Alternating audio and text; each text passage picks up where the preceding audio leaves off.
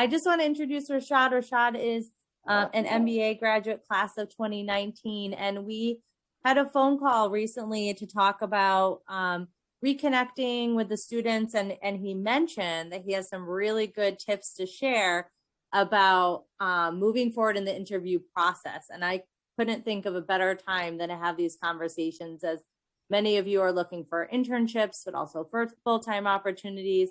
So I'm going to let Rashad kind of take controls and share some of the things that he has learned as a graduate of the program. And we'll have him give a little bit of background about himself as well to start.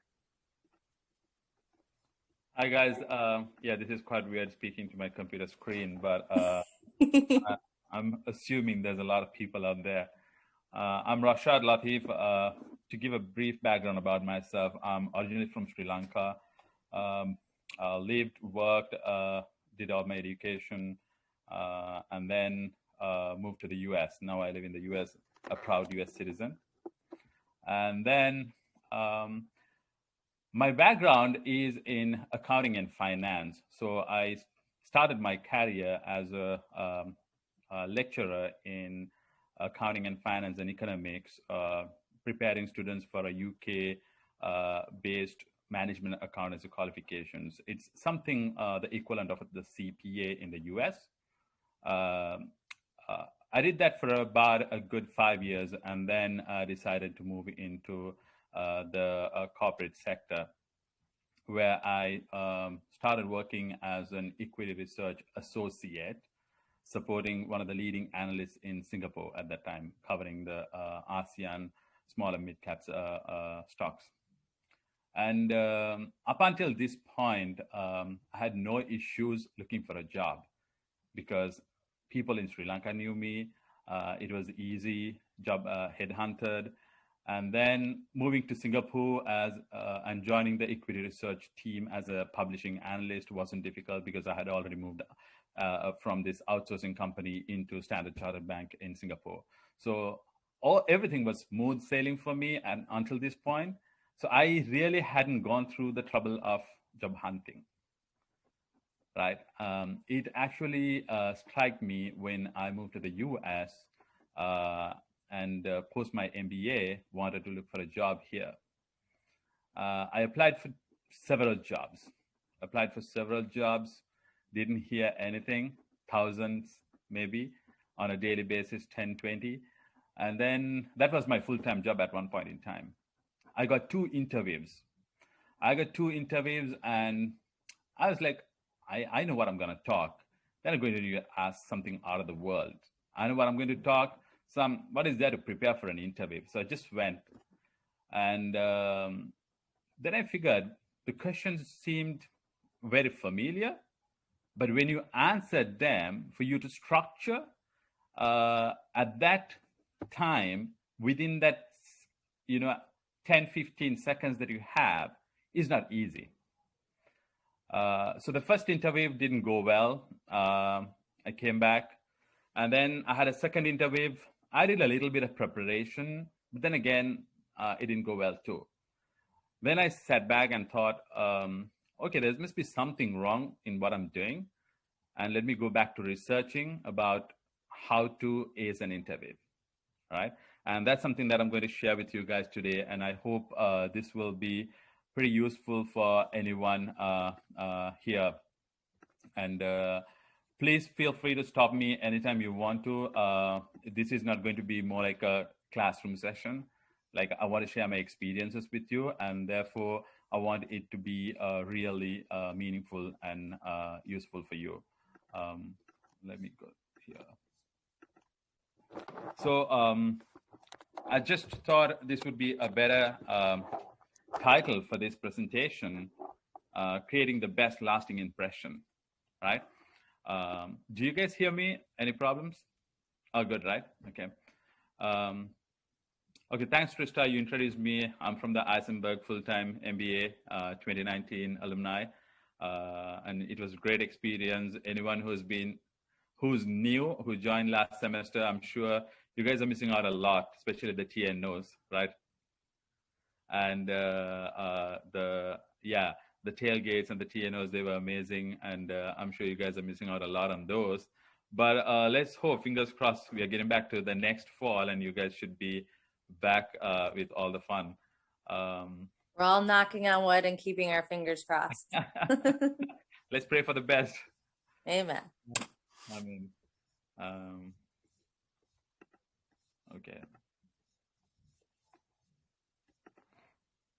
So has anyone seen this survey, which says that a survey of 2,000 hiring managers found that 1 in every 3 would hire somebody within the first 90 seconds of meeting them. And I'm sure you would have heard this many times, the importance of an elevator pitch, right? But it's more than an elevator pitch in an interview environment, right? You're just waiting there, not knowing what they would throw at you, right? There are questions like, tell us about yourself. It's very familiar. You know about yourself very well, very much. But then again, like in that environment where you're just given 2 minutes to structure and to put out the best answer is something that you have to prepare, right? Something like, why do you want to work here, right? How do you know, like, what are you going to say at that point in time? Why do you want to work there? Or why did you apply for this position? These are all questions that are thrown in the first 90 seconds, right? So let's dive deeper into see, like, why, how you could basically create that first impression in the first 90 seconds, and also creating that lasting impression in the rest of the time that you have with your interviewer. So I put something called the 3+1 key ingredients to ace an interview, right? So one of that, the top one I say is prepare a handbook of behavioral question and answers. This is the trend. They want to see you, how you respond to situations, how you managed your subordinates, how you managed a difficult situation. They want to know what are your strengths and weaknesses, right? They want to know, like, how you could articulate an answer within the prescribed 2-minute time period, right? So you don't have enough time to think at that point in time when he throws these questions at you, he or she throws these questions at you. You definitely need to prepare, right? And the best way for that is to have your own handbook of behavioral Q&As. I'll dive deeper into that. And the second one is, and you guys know, all of us here are MBA candidates, right? We are pursuing an MBA, reading for an MBA. And at the end of the day, like, they will test you at an MBA level. So they're definitely going to throw you case study questions at interviews. So how are you going to handle these case study interviews, right? So it's important that you master these techniques well before you head into that 1 hour time slot. And third one is know the company very, very well. Not only the company, the industry and the competitive landscape. So these 3 are very, very critical, I would say.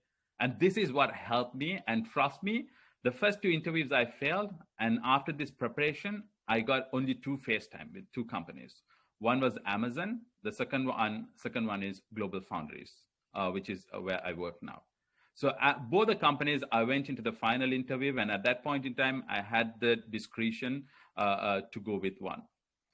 So I see 100% success rate for myself from when I prepared in this manner and going into the final interviews, right? And I see, and I've shared this with my close friends and my family, and they also tell me the same, they give me the same feedback, saying that this has helped them immensely. And I thought, like, why not share with my favorite school? And the last one, I say the 3+1. This one is like the icing on the cake or the cherry on the cake, right? You definitely know, if you have gone to interviews, they give you ample time towards the end, say, now it's your time. Do you have any questions for us?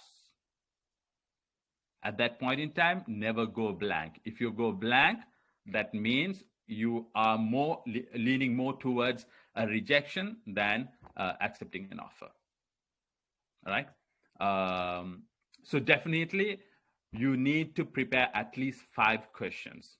And guys, if you're taking down notes, it's good, but I'm gonna send this to Trista and she will definitely pass this to you. It has the links to my favorite reference materials and resources, and you can definitely go to that, right? But for now, just focus on this, and I would definitely make sure you have this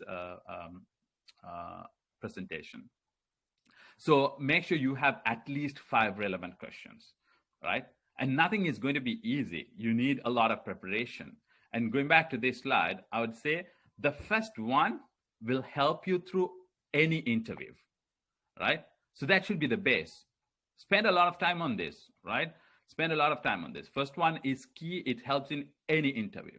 Second one is also key in any interviews. But the third one, it is very company specific.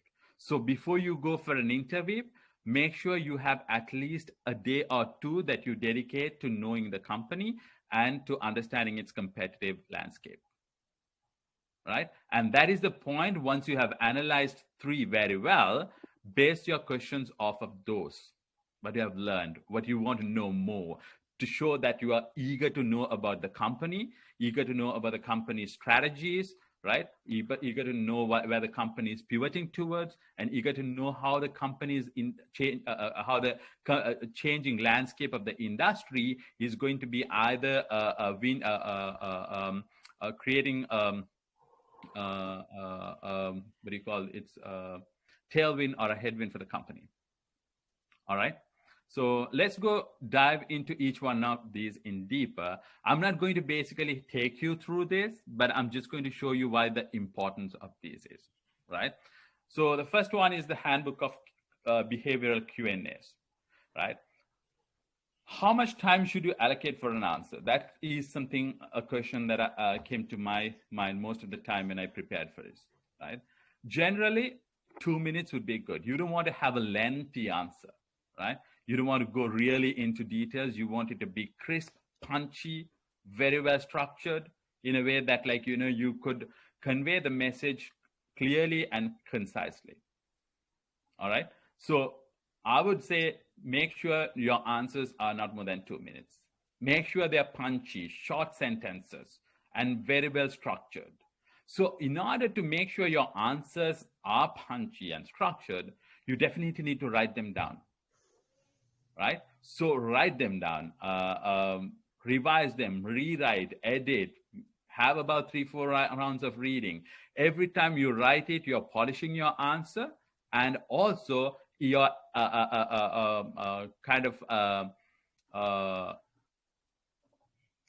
making sure that you remember every single word that you're going to speak at the interview. Don't memorize it. Don't ever memorize the answers. Because by memorizing, you're going to get stuck and start stammering at an interview, recalling the words. But know exactly, by writing it 4 or 5 times, you know the specific words that you're going to use, the key words, right? And the structure, how you're going to follow this answer. Am I still talking to you guys, or am I lost? Nope, you're here. here. Hear you. Okay. I'm just staring at my computer screen and just...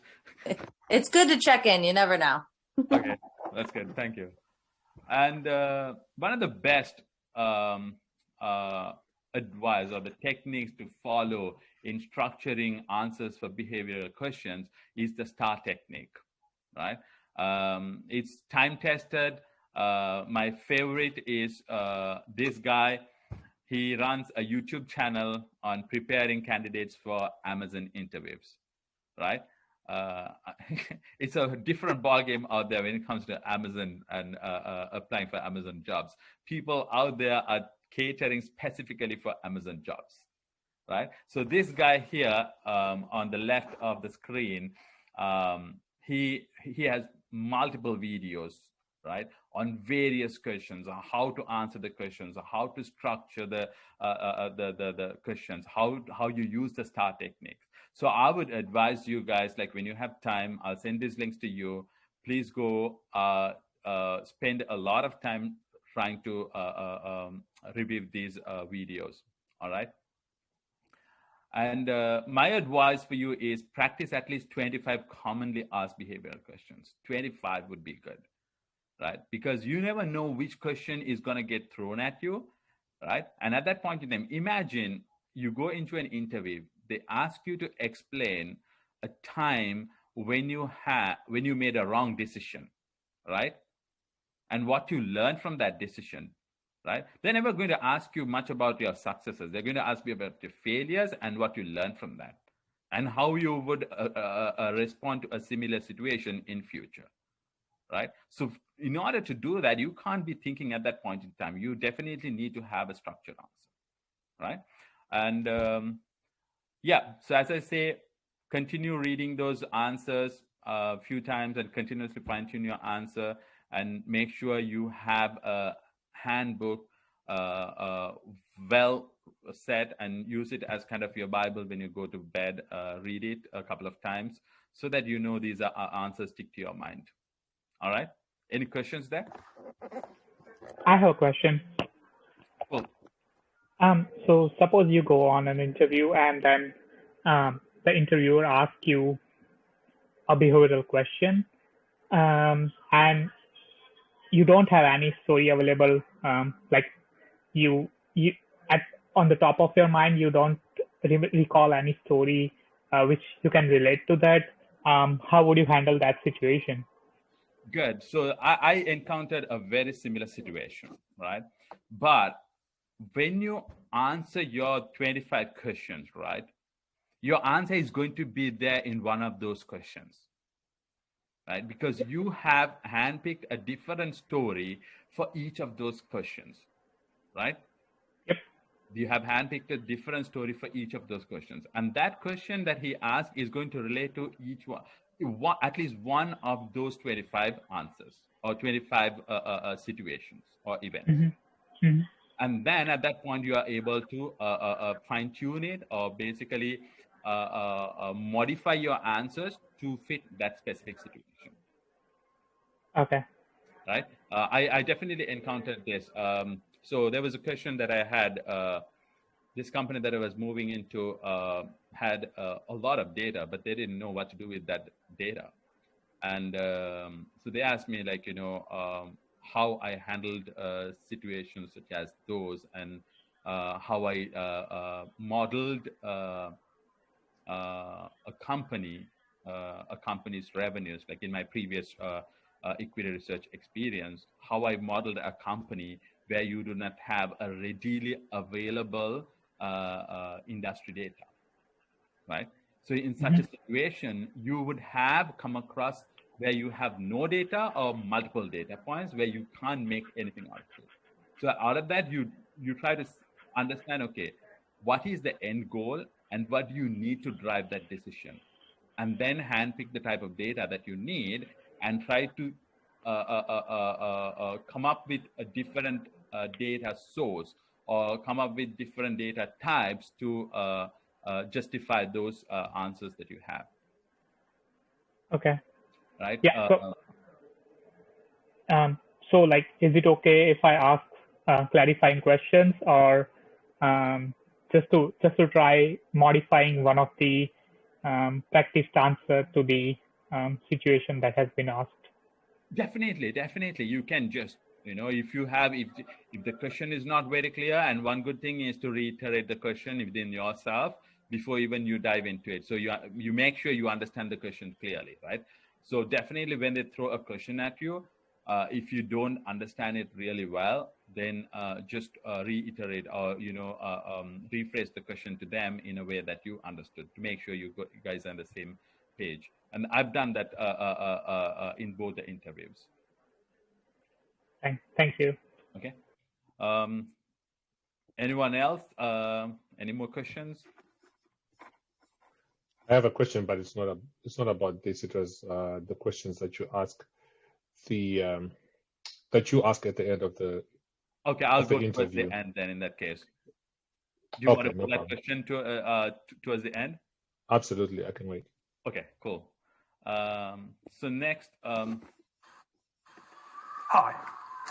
In today's video, I'm going to share with you two methods. So it's been almost 1 year.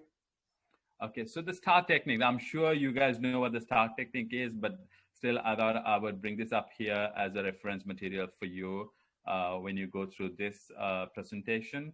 So I'm not going to spend too much time, but it's important. Within that 2-minute time period you have to answer, make sure you split 30 seconds for each at least, right? Or how it best fits you. Describe the event or the situation you are in, because you want to give context, right? And then explain the task you had to complete. Write it down. What did you do specifically, right? At this point in time, you might have been working in a team. Don't say we did it. They don't want to know what we did it. They want to know what I did it, right? So never in a situation like this, explain the task that you did as a team. In the team, what was your specific contribution, right? What was it that you contributed? What was your action that you took, right? And so it's important to explain the specific task you had to complete, not the team, right? And close the result of your efforts. In this case, you can bring in what the team did, but in the specific task, make sure you bring out only the task that you had to perform. And the result, and finally, action, what actions you took. Oh, sorry, the actions, and finally the results, I'm sorry, right? So there is a quick link to how to use the STAR method, and I'm not going to go through that. Please refer to it when you guys receive this. And next is mastering case study based interviews. I don't know how much you guys know about McKinsey.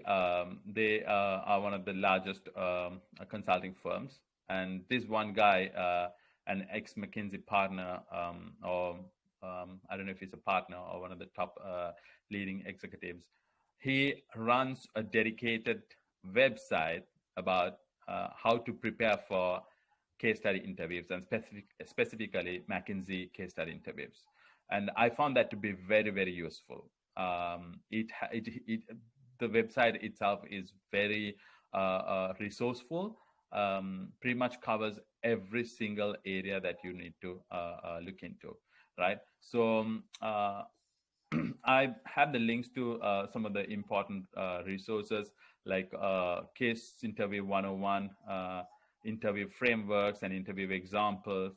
Please refer to them when you get this. But I just want to highlight to you, as MBAs, you know, problem solving skill is one of the key skills that employers look for in you, right? So make sure you prepare very well, specifically the different case study frameworks that you can use, right? Such as I still remember the first time I heard about case interviews. So these are the common case frameworks. I'm sure you would have covered most of these in Professor Sharma's class, but it's always better to revise them, know what they specifically mean and how to use them. And always keep in mind, when you're using case interview frameworks, this is not basically what you have to stick to. You can always modify them depending on the situation, right?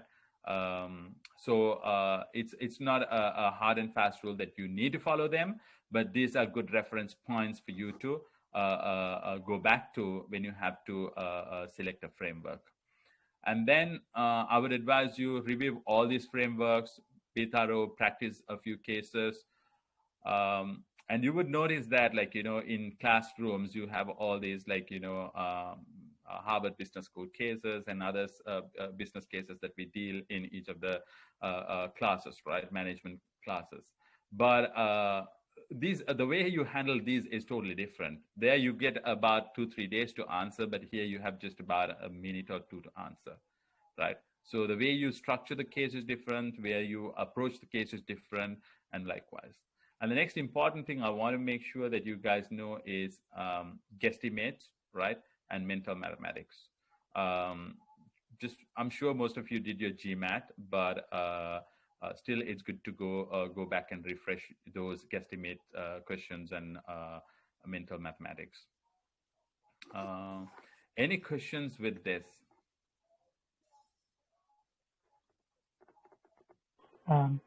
I do have a question. Okay, cool. So you said you interviewed with Amazon and Global Foundries. I was just curious how different the case interviews are with companies like Amazon and say Walmart or Global Foundries from the traditional management consulting interviews. Like, what do you think were different in your case interviews?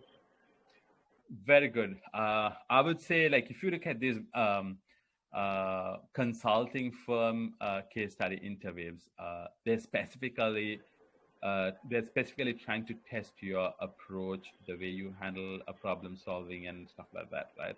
So it is very detailed, and they can grind you a lot into it. But when it comes to like general company, for example, Amazon case study interviews, it's very much revolving around day-to-day issues, right? Within the company. And they don't focus too much into, I would say, building up a new framework on your own. Mm-hmm. Right? For example, if you look at the profitability framework, right? Like it is profit is revenue minus cost, and like how your revenue is broken down into price into quantity, and then cost is divided into the different cost types, fixed, variable costs, and likewise, right? So you go one level down further. So in a Amazon type interview, you can just use it as it is, right? Okay. But in a case study type of in a consulting firm type of interview, you might want to just make sure that there are easier ways for you to use that profitability framework. Yep. Rather than just going following the traditional profitability framework, you look for different ways of solving the problem. Right? Okay. Sometimes you might want to bring up a 2x2 matrix of your own, right? Whereas in a traditional company, that may not be the case. You might not have to, because they're going to give a lot of details around the case study. Yeah. Right. And consulting cases, sometimes they might send you preparation material well in advance, whereas for the other case study interviews, you might not receive advanced cases. Right. Yeah. And so for traditional consulting companies, it's more focused on how you think and what's the process, while for general companies, it's more about how you find the solution. It's not about that. It's both. You want to show them how you can articulate a problem and arrive at a solution. But the details and the nitty-gritties are different when it comes to the two. Okay. Yeah. Right. So here you just make sure these are the different frameworks you can use, and practice a few questions. And when something is thrown at you, you are thinking better than what they are expecting from you. Sure. Thank you. Right. Let me say a specific question that I had with Amazon, right? So it wasn't a specific case scenario, but something that was thrown to me because the role that I was interviewing for was specifically about how Amazon can best serve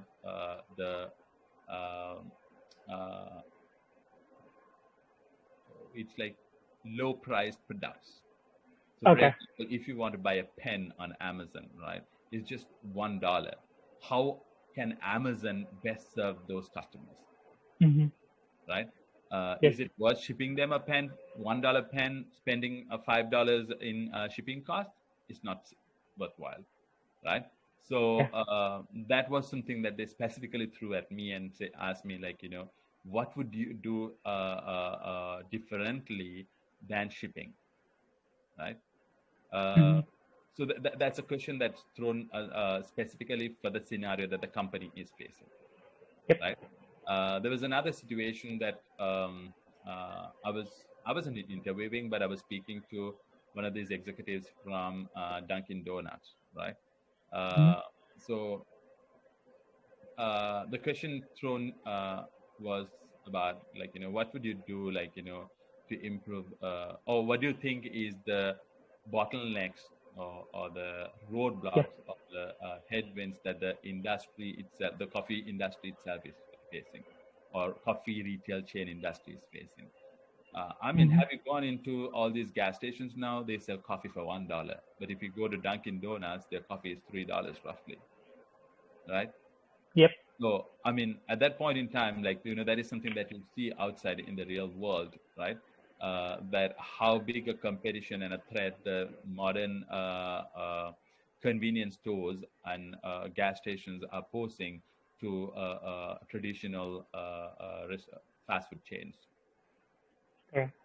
So you might want to, this is the point when you want to study the industry very well before you go in there. Yeah. Right? Yep. And, yep. Thank you. Anything else? Okay, so let's move on to the next question. Sorry to be a little slow. Can I ask a question? Sure. Really helpful, and thank you so much. Just curious, in terms of what you said about studying the industry and the company, what would be some determining factors for trying to predict which frameworks would be the most relevant? Like, would that just be, yeah, do you have any guidance for that? Like, according to the type of company and the type of industry, they'd be more likely to ask about certain frameworks? I mean, if you look at any company, every company wants to make money. And hence, like, most of their strategies are centered around making money. And therefore, they are thrown at somewhat the same problems, but working in different industries, right? So every single framework may fit into every single company, depending on what they are. So for example, let's look at a company where you have a B2C customer segment, or a B2B customer segment, or a B2G customer segment. There you might want to use the 4P frameworks or the 7P frameworks, but slightly changing what is the price, the product, the promotion, and the place, right? Or even using your Porter's 5 forces model. You want to know, like, what are the threat of substitutes, right? What are the threat of new entrants, right? So you can still use that, but it differs for the industry that you are talking about. Got it. So you're saying to plan ahead how you would sort of customize it. Got it. Of course. Yeah. Let's say you are going to, let's say you're going to go for an interview with Amazon, right? So now you know who Amazon's customers are. So let's go into the next one. So know about the company. You want to know a little bit about the history about the company, right? You want to know what their core businesses and geographies are. Now, if you take Amazon, what is their core business? Providing a marketplace, right? They're not selling products. I mean, their own products. It's something that they have ventured into now, but traditionally they were just a marketplace where they would bring the buyers and sellers, right? And geographies, it's distributed throughout the world now. And now when you want to analyze this company, you're trying to look at competitors. Who are the competitors for Amazon? Amazon, it's ranging from mom and pop shops to the big box retailers, right? It's not only online business, it's even businesses that are in your neighborhood. So you want to make sure before you go analyze everything clearly, use these frameworks if you can, like, just to know a little bit more about the company. Is that good? And next is like, when you want to know about the company, it's really important to know a little bit of history about the company, right? What are the core businesses and geographies they serve? What are the revenue trends? How has the company been growing over the past years? Like, within that, do you see a specific growth in one segment? Or like, has there been a divestiture in one of the segments, right? And these are things that can give you a broader understanding about what the company and its strategy is. And you want to also know about, like, what is the growth story? Like, over the last 5 years, on average, has the company been growing, or has it been stagnant? Has it reached that saturation level at this point in time, right? And you also want to know what are the market shares for this for each of their different segments. Now, if you're going to Amazon, how do they report their revenues? What are the different market segments that they serve? Or what are the major business segments that they have? Different market segments they have, like the European region, the Asian region. What are the different strategies they pursue there?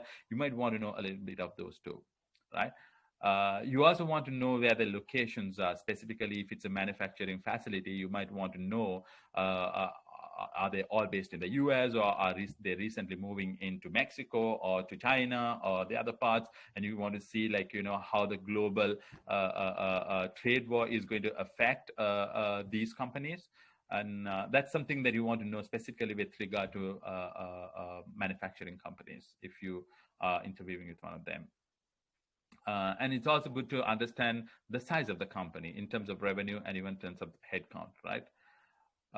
Another important thing, and around which you can center a lot of questions, is M&A activities, right? Has a company gone in for an acquisition? Has it acquired or divested? What is its acquisition history? Has it been continuously acquiring other companies? For example, take Facebook, right? It's a mammoth of a company now. Like, they acquire anything and everything to do with social media, right? Instagram came, they acquired Instagram. WhatsApp came, they acquired WhatsApp. So anything and everything comes in, they acquire. So what has been their M&A history, right? And that's something you want to talk about. Like, for example, at that point in time, if you had been interviewing with Facebook, one of the questions you get thrown is, why are you going to acquire WhatsApp? Why do you invest such a huge money in WhatsApp when you know that you can't monetize out of it, right? And so you want to know what their strategy behind that is, right? Make sure that these questions are not too invasive into privacies, but definitely, like, center questions around those M&A activities. Competitive advantage. What is the company's competitive advantage? Now, like, if you take Amazon, right? It's a mammoth of a company. What is the competitive advantage there? It's not Amazon anymore. It's AWS, Amazon Web Services, right? That's their competitive advantage. It's grown so huge. They cater to so many other corporates. And that's something that is unbeatable by any one company presently, right? So that is a competitive advantage they have. And SWOT, you also want to do what the SWOT of the company is. What is the strength, weaknesses, what are the opportunities and threats? So this will give you a broad understanding of the company, right? And this is something that my equity research experience probably showed me a way to approach interviews better. Next is the competitive landscape, right? You want to know what the competitors are. Do you know, like, one of the questions at one of the interviews I had was, so Global Foundries. Anybody heard about Global Foundries? Yes, I have. Okay. Anyone else here know about Global Foundries? I do as well, yes. Oh, that is nice. So, some of you know, that's really amazing. But before I interviewed, I didn't know what Global Foundries was. Right? I just saw this job posting on the university website, and then I thought I'd just apply, like, randomly applied, didn't even attach a cover letter. I was frustrated at that point in time, but here the interview comes.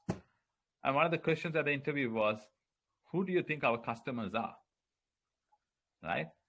And nowhere would you think, like, okay, like, I have come across this. I didn't research this. How am I supposed to know who your customers are? It's something that is private, confidential, right? But it's not the case. You want to know what industry you're working in, right? You want to see what is the company doing? What is it manufacturing? It is manufacturing microchips or integrated circuits for whom? The major semiconductor firms out there. So you want to know what are the major semiconductor firms. I mean, as long as you know some of the semiconductor firms out there and you throw it at them, it could be one of their customers, right? So Qualcomm is something that came to my mind, and I was like, Qualcomm is one of their customers. Facebook, I said Google, these guys, definitely need semiconductors. So it was a good guess at that point in time. But definitely I prepared those answers. I prepared those answers well in advance. I didn't have to go there and think, because at that point in time, within that time constraint and that tense environment situation, you don't have time to think. So prepare in advance. So you want to know who your competitors are, right? What is the competitive landscape? Who are the competitors? Who are the major players, right? So if you look at the semiconductor industry, the major player is TSMC, Taiwan Semiconductor Manufacturing Company. They account for nearly 55% of global semiconductor revenue, fab revenue, right? Semiconductor manufacturing revenue. So they are mammoth. And then GlobalFoundries comes second at about 10% of the global market share. So you want to know who these players are. Who are you fighting against? Who are you batting against, right? So you want to know the leaders and the laggards in the industry. What are the latest technologies in the industry? You want to know the customers, whether they are B2B, B2C, or B2G. You want to know the industry trends, definitely, right? Where is the industry moving towards? Now, if you look at the semiconductor industry, some time ago, there was an oversupply. But now, the industry itself is changing, right? This is an industry that is changing the way we work, the way we live, right?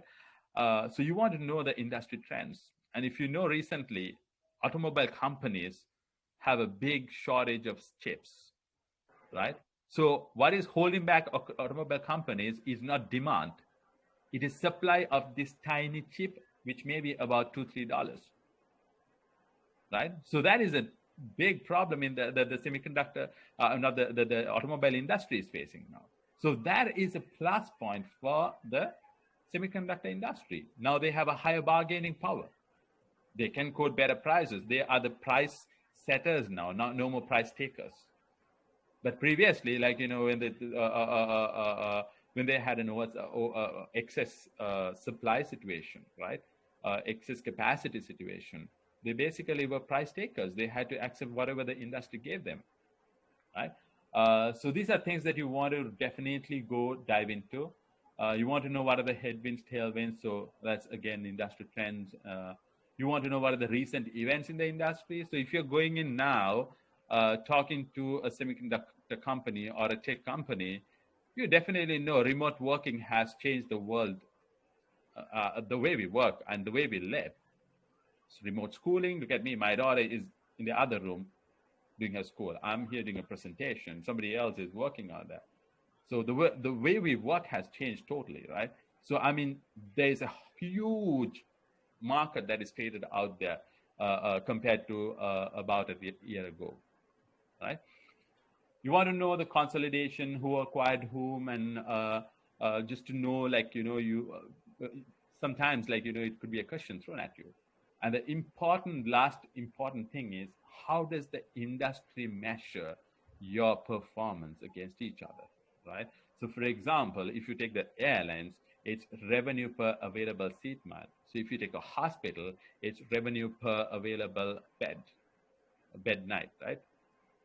So you want to know how do we track performance? And then this may also show you, for example, TSMC is a leading edge company.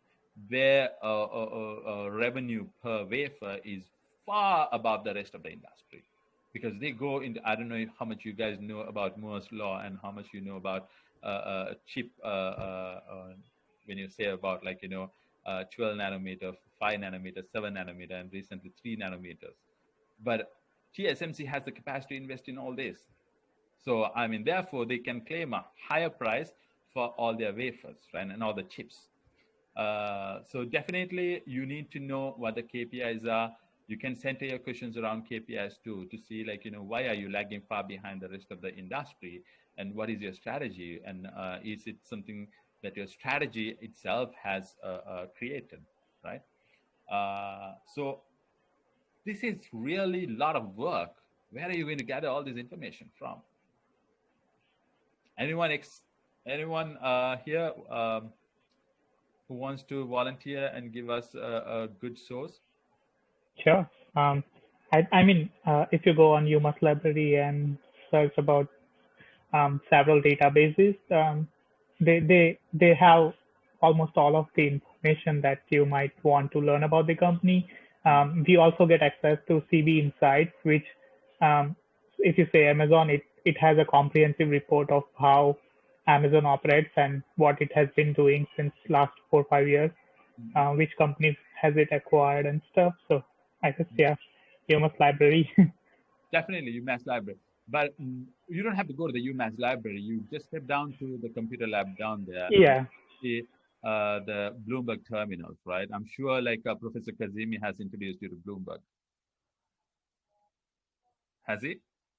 Have you guys taken the corporate finance classes? Yes. So definitely. So Bloomberg is the best source for all this information, right? If you do a DES, right? Type, for example, you want to know about GAAP. So GAAP, US equity, and DES, there, everything about the company comes in there, right? And then you want to know about the industry, go do an RP function, right? If you want to know more about like, how revenue grows, and do an FA function, it'll give you everything about the different business segments and the relative contribution of each segment to the total revenue. So I would definitely advise you guys, like before you go for an interview, go sit at the Bloomberg terminal, spend about 2 hours, 3 hours, know about the company, know about the industry, and definitely it's going to be a strong weapon on your side. Just a minute, please.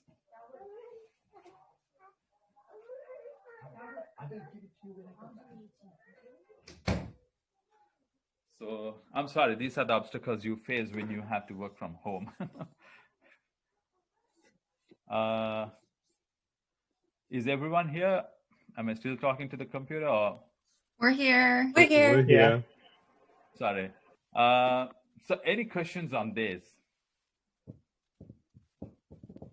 I think that's great. Okay, so I would definitely advise you guys, like, 1 and 2, it helps in any interviews, but 3 is very specific to the company that you are interviewing with. Spend a lot of time here before your interview, understand your company, prepare your questions, right? Definitely is going to be very helpful, right? It's like, you bake the cake and like, you have the cherry on the top. So if you don't prepare these questions, it's like, towards the end, they give you about, let's say 2-3 minutes and say, okay, we have 5 minutes to go. Do you have any questions for us? You say, no, thank you. And you just say, we'll finish. That means you know that you're going to hear from them, right? They're giving you valuable 5 minutes time, right?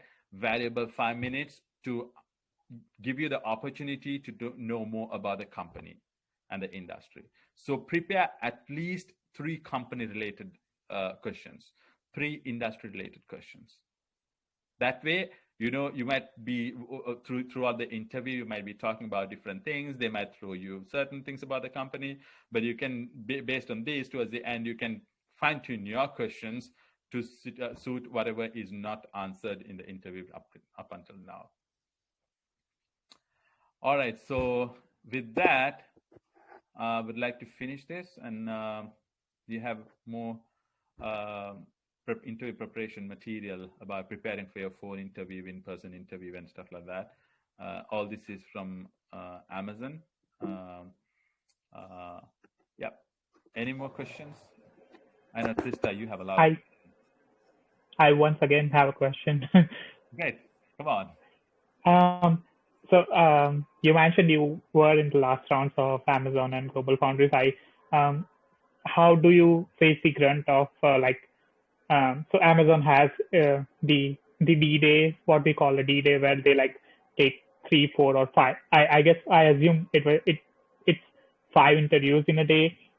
How do you keep yourself from being exhaustive after 1 or 2 rounds? Like, how do you keep yourself fresh and just make yourself ready to face the next interview? Cool. So the best thing about this is it's not the same person who you're going to be talking to every single time, right? Yeah.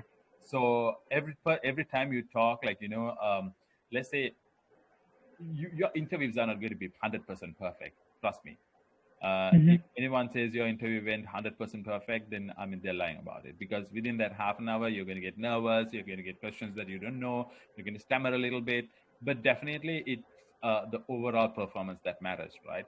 And whatever mistakes you made in the previous interview, right? Mhm. Just make sure that you don't repeat it in the next interview, right? Yep. And whatever the strengths, whatever your good points were, whatever they praised you about, just make sure you do repeat that same thing again, right? Yeah. It's all about learning from your previous interviews when you go to the next one. And always keep in mind, take every interview that you go for as a fresh one, right? Yep. So Amazon, the first thing they do is assessment, and then they do a phone interview. And then after the phone, you have 2 phone interviews, I don't know. And then you have a final in a D-Day interview, as you say. And I didn't go for it because I had already accepted the offer at Global Foundries by then. Mhm. Yeah. Right? And I declined to go for the final interview, saying that because I preferred the Global Foundries position better than Amazon. And I don't know how much you've heard about Amazon work culture. I had 2 kids by then, and now have 3. I didn't want to go through all that screwing, taxing part of the life. Yep.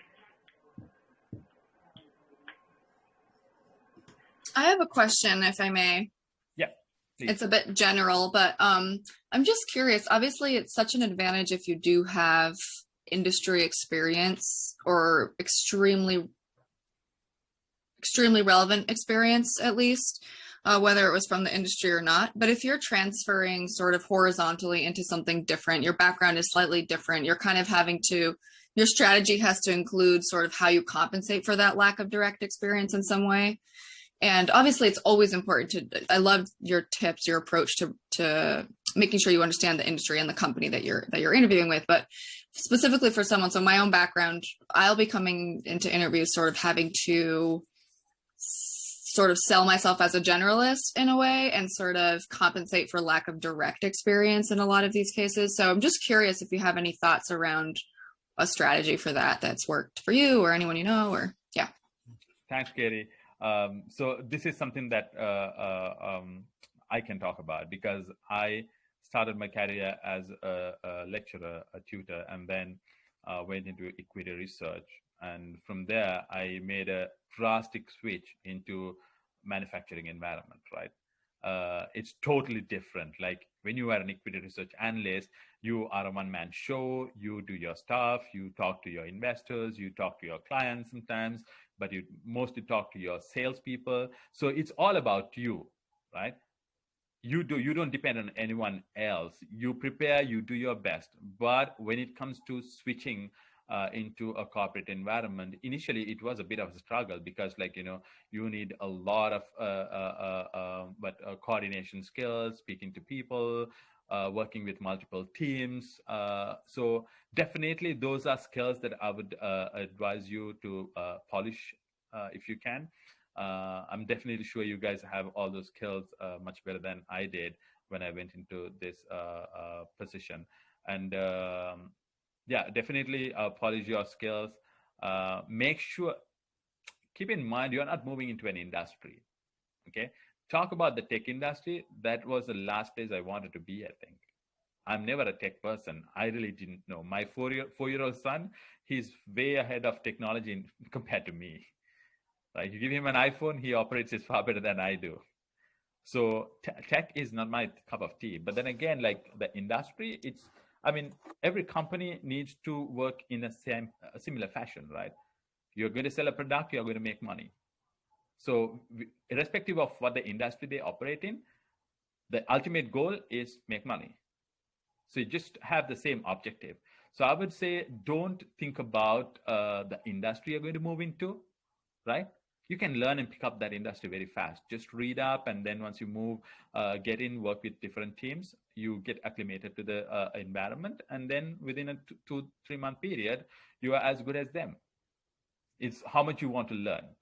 So don't take that as like, okay, I'm going into a different industry. Is it going to be difficult? No. When you apply for a job, you might have your favorite industries to work in. Now myself, I didn't want to get into banking. I didn't want to get into insurance. I did not want that lifestyle again. I just wanted to get something more that helps my family lifestyle. So I just thought, okay, I'm going into manufacturing, right? So that was my thought. So where do you want to go? How is your lifestyle? How is it going to change your lifestyle? right? I don't know how many parents are here, how many parents I'm speaking to other than Trista. In my class, we had 3 parents who had 2 kids. I'm one of them. We had 3 other parents, or 2 other parents who had 1 kid, and one of the other guys, he had a kid while in the MBA program, right, Peter. So 6 parents in the class, right? So all of us wanted something different to suit our future lifestyles. My friend, he worked in a hedge fund, Josh Alexander. Now he works for a smaller hedge fund, so he has a better lifestyle. So likewise, I would want you to think, before you think about the industry, think about what kind of a lifestyle do you want, right? Do you want to go into that busy, like, 6 to 11, 6 to 12 lifestyle, which I had before? I never saw my family at some point in time. We live in the same house. I would be out before they woke, and I would come and sleep after they sleep. So I didn't want that lifestyle. So definitely I would say, think about what you want to do in future. What's your lifestyle? How is it going to affect your decisions, right? Then thinking about an industry. Definitely when you go into a new industry, getting acclimated to that new industry is not going to take more than 3 months, right? And you want to know, like, whether you want to go into a manufacturing environment or like finance or like something service. Just make a decision what suits you best. But don't ever be pushed by an industry itself, right? Don't think this industry is not for me. Like, if I thought that, I would have never got into global fundraise. But now global fundraise, I'm studying every day. Everything, was new to me. I didn't know what was Moore's law when I got into the company. I don't know what if you guys know about it, but I never knew what Moore's law was. I didn't know what they were talking about, these different tech things, like, RF, radio frequency. What is that, right? But you learn. Once you get into the industry, 3 months, I'm sure you master it. Anything else? Any other questions? I know we're a few minutes over, and I think anyone who has the free time can stay on if you have one more question. I think, Trista, you asked me, like, to speak on something about what skills would you like to, what skills? Yeah, now knowing, yeah. The fundraise, right? One thing I can tell all of you guys is, I'll relate an example, a story before I go into that. In my MBA class, we had this finance assignment to do, and I was working with one of these team members.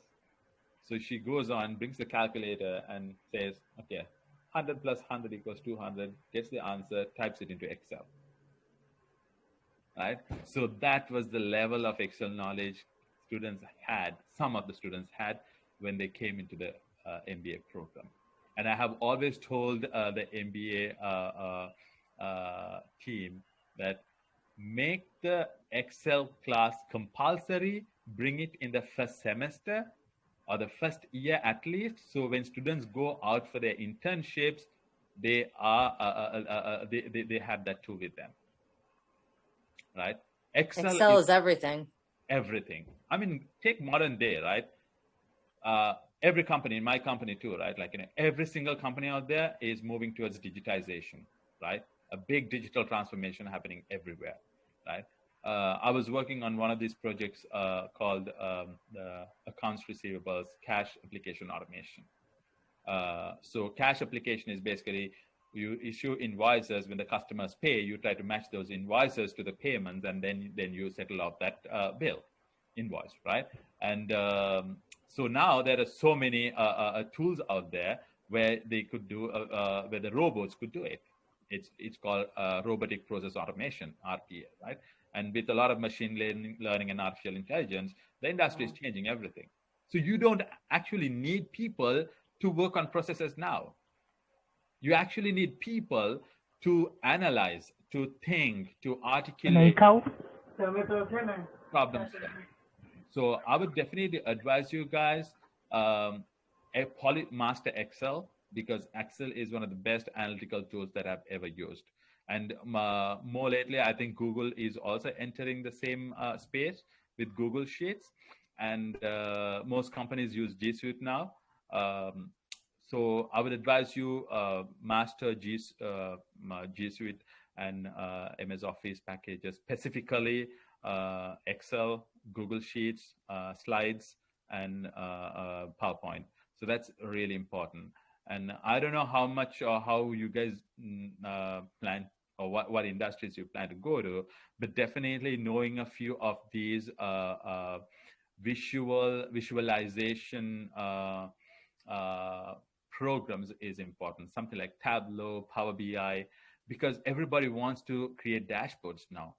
They don't want reports. They don't want regular reports, right? I mean, imagine the amount of cost cutting that the companies are looking for in these times, right? Everyone wants to improve their bottom line, the margins. And one of the ways is trying to get rid of people who do repetitive tasks. So where can you bring in RPA, right? And definitely one of the areas is regular reporting. Can you bring that into a dashboard? Yes, you can. So as you guys go in, if you know a little bit about Tableau, Power BI, and anything else that's out there, definitely that's going to be helpful for them, right? You can propose it, you can provide a sample, say, we have this, we could modify, we don't need so much headcount. The company will appreciate that thing. I mean, you're going to hit on somebody's livelihood, but then again, the industry is moving towards there. Definitely equip yourself with all these skills that'll help you. I don't know if you have time. I just had one more question. Yeah, go ahead, Swapna. Definitely, anytime. So you said you did apply to hundreds of jobs. How were you able to did you change your resume or cover letter, or did you adopt any strategy that helped you land those two interviews, after the Amazon and the Global Foundries one? Okay, very good question. Yes, so I started back then, I had, so when I worked for Standard Chartered laid off the entire equity research division, right? The cash equities business. So we were given an HR team to work with so they can help us find alternative jobs.